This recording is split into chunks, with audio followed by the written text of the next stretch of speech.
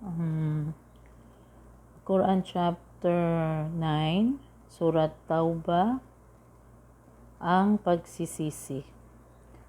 At Bismillahirrahmanirrahim, verse 61, at kabilang sa kanila ay yaong mga nagbibigay pasakit sa propeta at nagsasabi, siya ay tainga, naniniwala sa bawat bagay na kanyang naririnig. Sabihin, siya ay taingan ng kabutihan para sa inyo na naniniwala sa Allah at naniniwala sa mga tunay na naniniwala. At siya ay isang habag para sa mga naniniwala na kabilang sa inyo. At yaong mga nagbibigay pasakit sa sugo ng Allah para sa kanila ay isang mahapding parusa. Verse 62, sila ay sumusumpa sa ngalan ng Allah sa inyo, mga Muslim, upang kayo ay masiyahan. Subalit ang Allah at ang kanyang sugo na si Muhammad ang higit na karapat dapat bigyang kasiyahan kung tunay na sila ay mga naniniwala. Verse 63, hindi ba nila nalalaman na sino man ang sumalungat sa Allah at sa kanyang sugo, katiyakan, nakalaan para sa kanyang apoy ng impyerno upang mamalagi roon ng walang hanggan. Iyan ang malaking kahihiyan. Verse 64, ang mga mapagkunwari ay nababagabag na ang isang sura o kabanata ng Quran ay ipahayag tungkol sa kanila upang ipabatid sa kanila ang anumang nasa kanilang mga puso. Sabihin, mangutya kayo hanggang inyong nais, katotohanan isisiwalat ng Allah ang anumang inyong kinababagabag. Verse 65, at kung sila ay iyong tatanungin tungkol dito, katiyakan kanilang sasabihin, kami ay naghuhuntahan lamang at naglalaro, nagbibiruan. Sabihin ng Allah ba at ang kanyang aya o kapahayagan at ang kanyang sugo ang inyong kinukutya. Verse 66, huwag na kayong magdahilan o mga tuwiran, katotohanan na kayo ay naging di naniniwala, pagkaraan kayo ay naniwala. Kung aming patatawarin ng ibang pangkat sa inyo, aming parurusahan ng ibang pangkat sapagkat sila ay naging mga mapaggawa ng kabuktutan. Verse 67, ang mga lalaking mapagkunwari at mga babaeng mapagkunwari at nagkakaisa sa bawat isa, sila ay naguutos ng kasamaan at nagbabawal ng kabutihan at itinitikom ang kanilang mga kamay para sa kawang gawa. Sila ay nakalimot sa Allah, kaya sila ay kanyang kinalimutan. Katotohanan, ang mga mapagkunwari, sila ang mga suwail.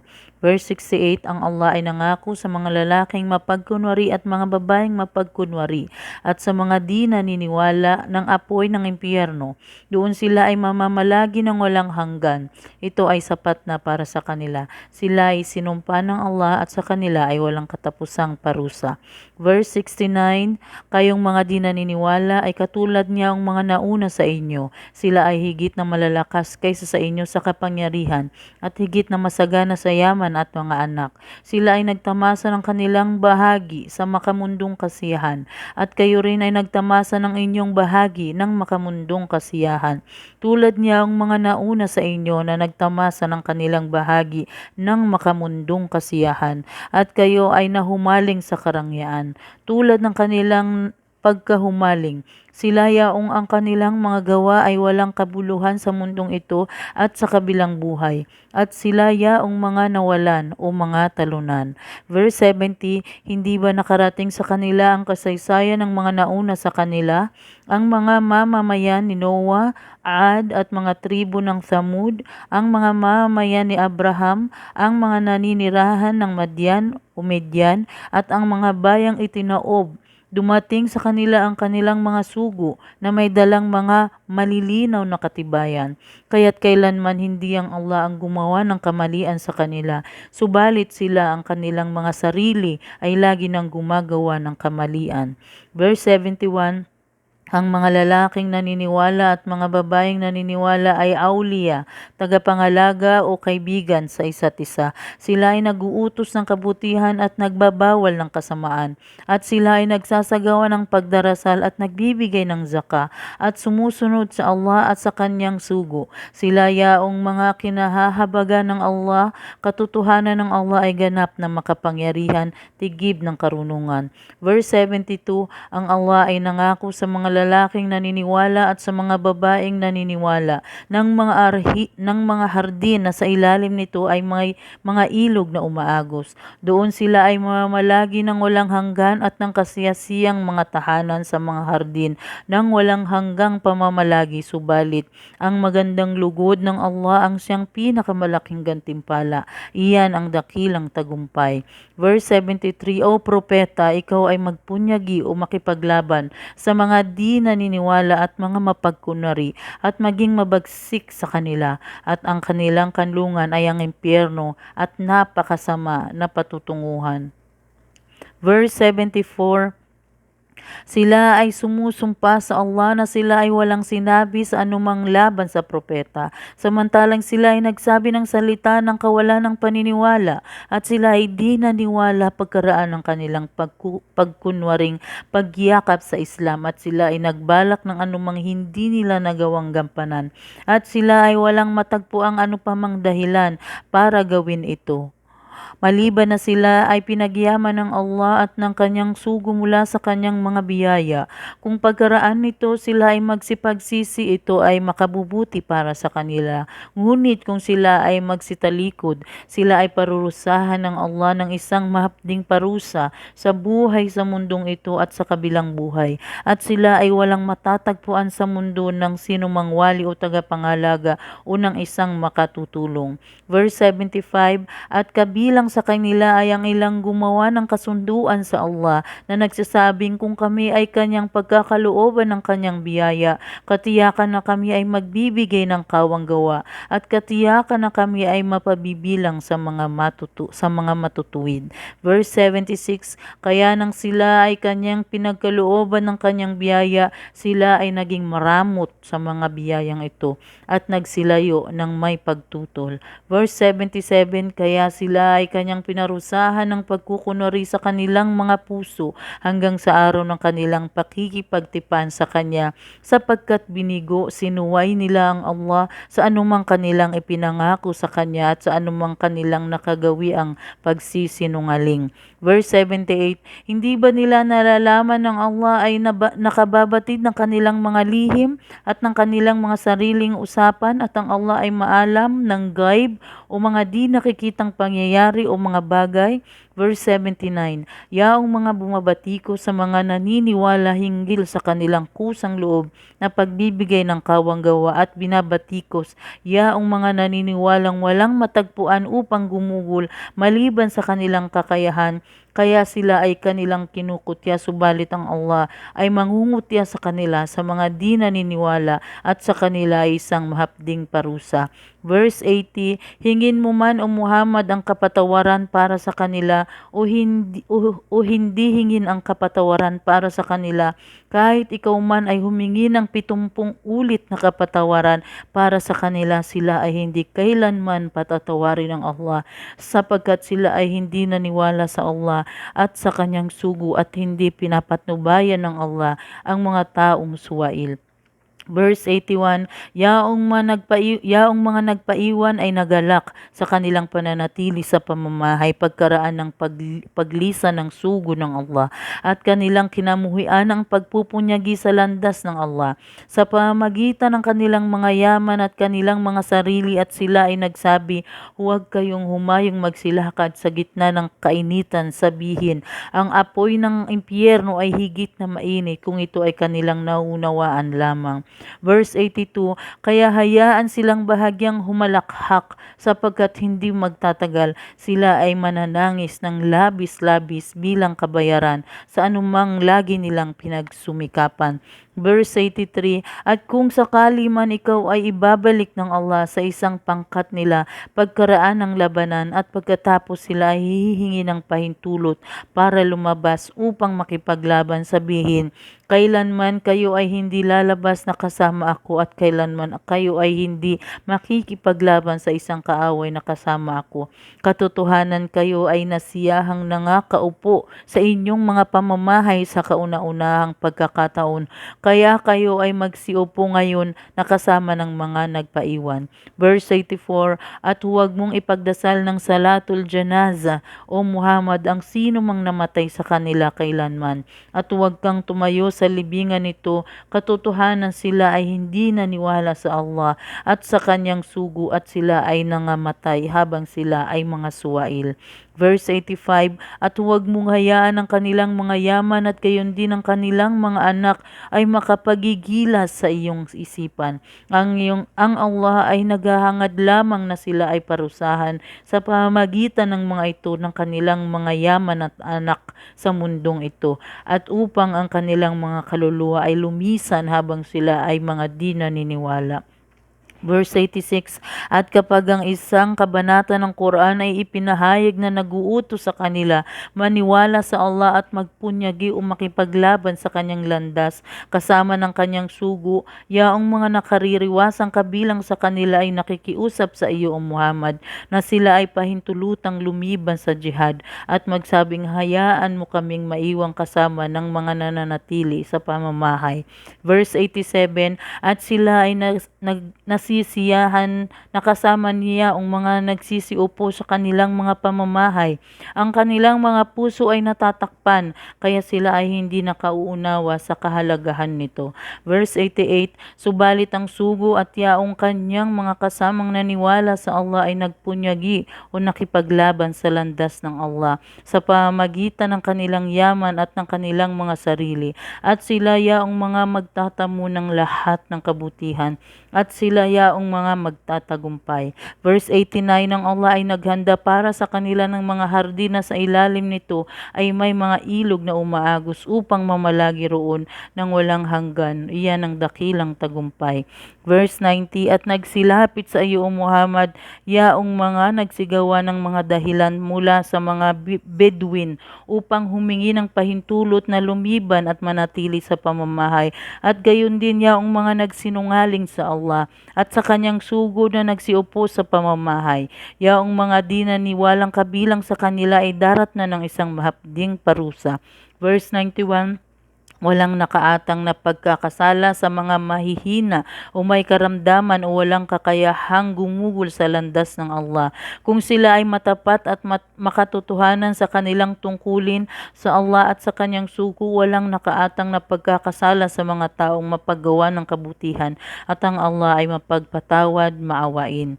Verse 92, at walang nakaatang na pagkakasala sa mga nagsilapit sa iyo upang sila ay bigyan ng masasakyan, nang ikaw ay nagsabi, wala akong matagpuang sasakyan na maaaring ibigay para sa inyo. Sila ay nagsitalikod habang ang kanilang mga mata ay tigib ng luha sa kalungkutan, na sila ay walang matagpuang ano pa mang panggugol sa landas ng Allah.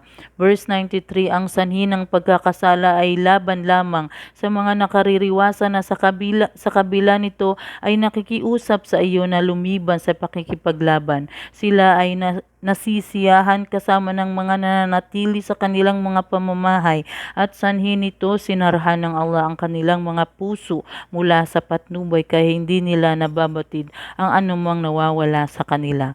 Verse 94, sila ay magdadahilan sa inyo o mga Muslim kapag kayo nagsibalik na sa kanila mula sa labanan, sabihin mo o Muhammad, huwag na kayong magdahilan, kailanman kami ay hindi maniniwala sa inyo. Pinagbigay alam na ng Allah ang balita, pangyayari tungkol sa inyo, at mamatyaga ng Allah ang inyong mga gawa, at gayon din ng kanyang sugo pagkaraan kayo ay muling ibabalik sa Allah na maalam ng di nakikita at ng nakikita o nasasaksihan, at kanyang ipagbibigay alam sa inyo ang anumang lagi ninyong ginagawa. Verse 95, sila ay sumusumpa sa inyo sa ngalan ng Allah kapag kayo ay nagsisibalik sa kanila upang sila ay inyong iwanang mag-isa.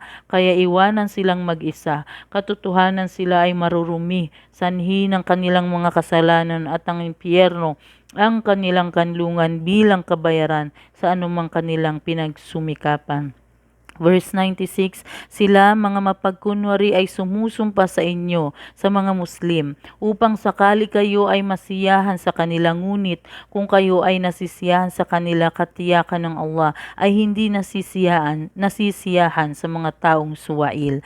Verse 97, ang mga Biduin ay higit na matitindi sa kawalan ng paniniwala at pagkukunwari, at higit na walang kaalaman hinggil sa mga hangganan ng mga batas at kautusan na ipinahayag ng Allah sa kanyang sugo, at ang Allah ay maalam, tigib ng karunungan. Verse 98, at kabilang sa mga Biduin ay may iba na nag-aakala ng anumang kanilang ginugol sa landas ng Allah ay isang kawalan, at sila ay naghihintay sa inyo para sa pagdating ng kasawian, subalit sa kanila ay kasawian ng kasamaan, at ang Allah ay lubos na nakaririnig, maalam. Verse 99, at kabilang sa mga Biduin ay may naniniwala sa Allah at sa huling araw, at nagtuturing sa anumang kanilang ginugol sa landas ng Allah bilang paraan upang mapalapit sa Allah, at isang dahilan ng pagtanggap sa mga panalangin ng sugo. Katiyakan ang paggugol sa landas ng Allah na ito ay paraan ng pagiging malapit sa Kanya. Para sa kanila, sila ay papapasukin ng Allah sa Kanyang habag. Katiyakan ng Allah ay mapagpatawad, maawain. Verse 100, at ang mga nanguna sa pagyakap sa Islam ay nagmula sa mga nagsilikas o mujahirin at ansar, mga taga-Madina na nagsilbing kanlungan, at yang mga sumusunod sa kanila sa mga gawaing mabuti. Ang Allah ay nasisiyahan sa kanila at sila ay nasisiyahan sa Kanya. Siya ay naghanda para sa kanila ng mga hardin na sa ilalim nito ay may mga ilog na umaagos sa paraiso, upang sila ay mamalagi roon ng walang hanggan. Iyan ang dakilang tagumpay. Verse 101, at kabilang sa mga Biduin na nakapaligid sa inyo ay mga mapagkunwari, at gayon din mula sa mamayan ng lungsod ng Madina, sila ay nagmalaki sa pamamagitan ng pagkukunwari. Ikaw, O Muhammad, ay hindi nakababatid sa kanila, ngunit sila ay aming nababatid. Sila ay aming parurusahan ng 2 ulit sa mundo, at pagkaraan sila ay ibabalik sa isang napakalaking parusa. Verse 102, at may iba na umamin ng kanilang mga pagkakasala. Kanilang pinaghahalo ang mga gawaing matuwid sa ibang mga gawaing makasalanan. Maaaring ang Allah ay magbibigay sa kanila ng kanyang kapatawaran. Katiyakan ng Allah ay mapagpatawad, maawain. Verse 103, kumuha, O Muhammad, mula sa kanilang yaman para sa kawang gawa upang sila iyong gawing malinis, at sila ay pagpalain ito, at sila ay iyong ipanalangin sa Allah. Katotohanan ng iyong mga panalangin ay kapanatagan para sa kanila, at ang Allah ay lubos na nakaririnig, maalam. Verse 104, hindi ba nila nalalaman ng Allah ang siyang tumatanggap ng pagsisisi mula sa kanyang mga alipin at tumatanggap ng kawang gawa, na ang Allah ang siyang tanging nagpapatawad at tumatanggap ng pagsisisi, maawain. Verse 105, at sabihin mo, magsigawa kayo kung inyong nais, sapagkat tinitingnan ng Allah ang inyong mga gawa, at maging ang kanyang sugo at ang mga naniniwala, at kayo ay ibabalik sa Allah na maalam nang di nakikita at nang nakikita o nasasaksihan, pagkaraan kanyang ipagbibigay alam sa inyo ang anumang lagi ninyong ginagawa. Verse 106, at may mga iba na ginawang maghintay sa kautusan ng Allah, kung sila ba ay kanyang parurusahan o sila ba ay kanyang patatawarin, at ang Allah ay maalam, tigib ng karunungan. Verse 107, at yaong mga mapagkunwari nagtayo ng masjid upang makapagdulot ng pinsala o hidwaan at kawalan ng paniniwala, at upang pagwatak-watakin ang mga naniniwala, at upang ito ay kanilang gawin bilang isang himpilan para sa mga naghimagsik laban sa Allah at sa kanyang mga sugo, noong una pa. Sila ay sumusumpa na wala silang hangarin maliban sa kabutihan. Ang Allah ay sumasaksi na sila ay mga sinungaling. Verse 108, huwag kayong tumayo roon kailanman para sa iyong pagdarasal. Katotohanan ng masjid na itinayo sa diwa ng takwa mula sa unang araw ay higit na karapat dapat tayuan sa pagdarasal. Sa loob nito ay naroroon ang mga kalalakihang kinalulugdan ang pagdadalisay ng kanilang mga sarili at ang Allah ay nagmamahal sa mga dinadalisay ang kanilang mga sarili. Verse 109, ang isa bang nagtatatag ng haligi ng kanyang gusali batay sa takwa o pagiging matuwid at takot sa Allah at batay sa kanyang magandang lugod ay higit na mabuti o ang isang nagtatatag ng haligi ng kanyang gusali sa gilid ng isang matarik na bangin na nasa bingit na ng pagguho. Kaya ito ay kasama niya ang gumuho sa apoy ng impyerno at hindi pinapatnubayan ng Allah ang mga taong mapagawa ng mga kamalian. Verse 110, ang gusali na kanilang itinayo ay hindi maglalaho upang maging isang sanhi ng pag-alinlangan sa kanilang mga puso maliban ang kanilang puso ay pugtuin hanggang sila ay mamatay at ang Allah ay maalam, tigib ng karunungan.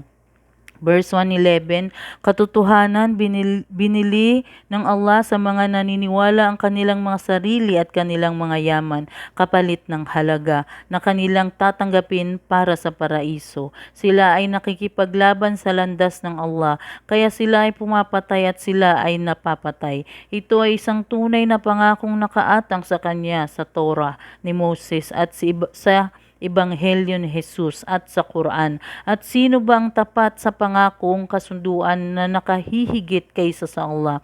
Kaya magsipagdiwang sa inyong bilihan na inyong binili o napagkasunduan at iyan ang dakilang tagumpay.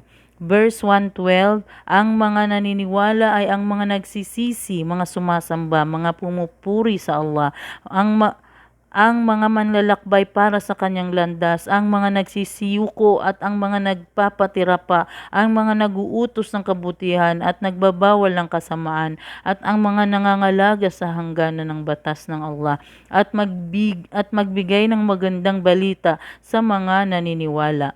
Verse 113, hindi marapat para sa propeta at sa mga naniniwala na hingin sa Allah ang kapatawaran para sa mga mushrik kahit pa sila ay kanilang malapit na kamag-anak pagkarang ito ay naging malinaw sa kanila na sila ay mga taong maninirahan sa apoy ng impyerno.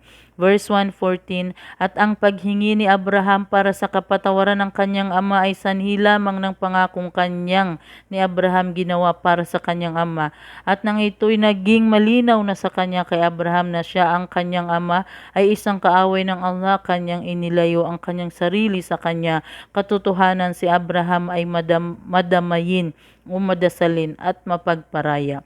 Verse 115, at hindi hayaang maligaw ng Allah ang isang mamayang pagkarang ito ay kanyang patnubayan hanggang gawin niyang malinaw para sa kanila ang anumang kanilang nararapat na iwasan. Katotohanan ng Allah ay maalam sa lahat ng bagay. Verse 116, katotohanan, nasa Allah ang pagmamayari ng kapamahalaan ng mga kalangitan at ng kalupaan. Siya ang nagbibigay ng buhay at nagdudulot ng kamatayan. At bukod sa kanya, kayo ay wala ng iba pang wali o tagapangalaga o makatutulong.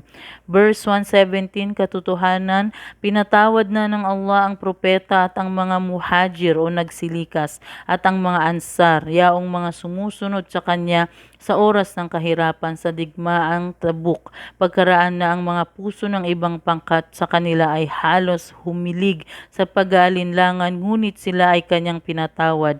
Katotohanan siya ay tigib ng kabaitan sa kanila, maawain. Verse 118, at kanyang pinatawad din ang tatlong nagpaiwan, hindi nakipaglaban sa digmaang Tabuk na ang kaso ay ipinagpaliban ng propeta para sa pagpapasya ng Allah hanggang sa ang bahagi ng lupa sa kabila ng lawak nito ay naging masikip at ang kanilang sarili ay naging masikip para sa kanila at kanilang napagtanto na walang makatatakas mula sa Allah at walang mapagkakanlungan maliban sa Kanya. Pagkaraan sila ay Kanyang pinatawad, tinanggap ang kanilang pagsisisi upang sa gayon sila ay magsisi. Katotohanan ng Allah ang siyang nagpapatawad at tumatanggap ng pagsisisi mawain. Verse 119, o kayong mga naniwala, matakot kayo sa Allah at makibilang kayo sa mga makatotohanan. Verse 120, hindi marapat para sa mga mamayan ng Madina at mga Bidwin na nakapaligid sa kanila na sila ay magpaiwan pagkaraang lumisa ng sugo ng Allah, at hindi rin marapat para sa kanila na kanilang pahalagahan ang kanilang mga sarili ng higit kaysa sa kanyang sarili. Iyan ay sapagkat sila ay hindi dumanas ng uhaw o pagod o gutom sa landas ng Allah. Sila ay hindi tumahak sa alinmang lupa na ikagagalit ng mga di naniniwala, o sila ay walang naranasang hirap o sakit mula sa isang kaaway maliban na ito ay tinala para sa kanila bilang isang gawaing matuwid. Katiyakan hindi pinawawalang halaga ng Allah ang gantimpala ng mga mapaggawa ng kabutihan. Verse 1-1, at sila ay hindi gumugugol ng anumang paggugol sa landas ng Allah, maging ito man ay maliit o malaki, at hindi tumawid sa isang lambak, maliban na ito ay naitala na para sa kanila upang sila ay gantimpalaan ng Allah ng pinakamabuti para sa anumang kanilang ginagawa. Verse 1-2, at hindi marapat para sa mga naniniwala na silang lahat ay humayong magkipaglaban ng magkakasama. Hindi ba ang nararapat ay magkaroon sila ng magkahiwalay na pangkat para sa pakikipaglaban mula sa pangkat na maiiwan, upang tumanggap ng pangunawa sa relihiyon, at ang iba ay makapagbigay ng babala sa kanilang mga mamayan kapag sila ay nagsibalik sa kanila, upang sakali sila ay matutong maging maingat. Verse 1-3, o kayong mga naniwala, makipaglaban sa mga di naniniwala na malalapit sa inyo, at hayaan silang kayo ay kakitaan nila ng katigasan ng loob, at dapat ninyong malaman na ang Allah ay nasa panig ng mga natatakot sa Kanya. Verse 1-4, at sa tuwing may ipapahayag na isang sura o kabanata, ang ilan sa kanila na mapagkunwari ay nagsasabi, sino ba sa inyo ang nagkaroon ng karagdagan sa pananampalataya sa pamamagitan nito ng Quran? Ngunit yaong mga naniniwala, ito ay nakaragdag sa kanilang iman, pananampalataya, at sila ay nagsisipagdiwang. Verse 1-5, Subalit yaong sa kanilang mga puso ay may sakit ng pagkukunwari, ito ay nakadaragdag lamang ng kasamaan sa kanilang dating kasamaan, at sila ay mga nangamatay habang sila ay nasa kalagayan bilang mga di naniniwala.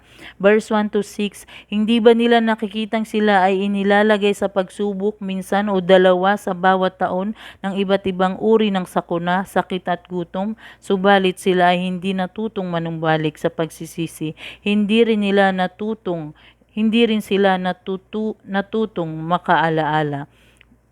Verse 1-7, at sa tuwing may ipapahayag na isang sura o kabanata, sila ay nagtitinginan sa isa't isa at nagsasabing, mayroon bang isa na nakakikita sa inyo? Pagkaraan sila ay nagsisibaling, ibinaling o inilayo ng Allah ang kanilang mga puso mula sa patnubay, sapagkat sila ay mga taong hindi nakauunawa. Verse 1-8, katiyakan dumating na sa inyo ang isang sugo na si Muhammad mula sa inyong mga sariling lahi. Ikinalulungkot niya na kayo ay dumanas ng kahirapan. Siya ay nagmamalasakit sa inyo, hangad niya na kayo ay mapatnubayan. At sa mga naniniwala, siya ay mabait at maawain.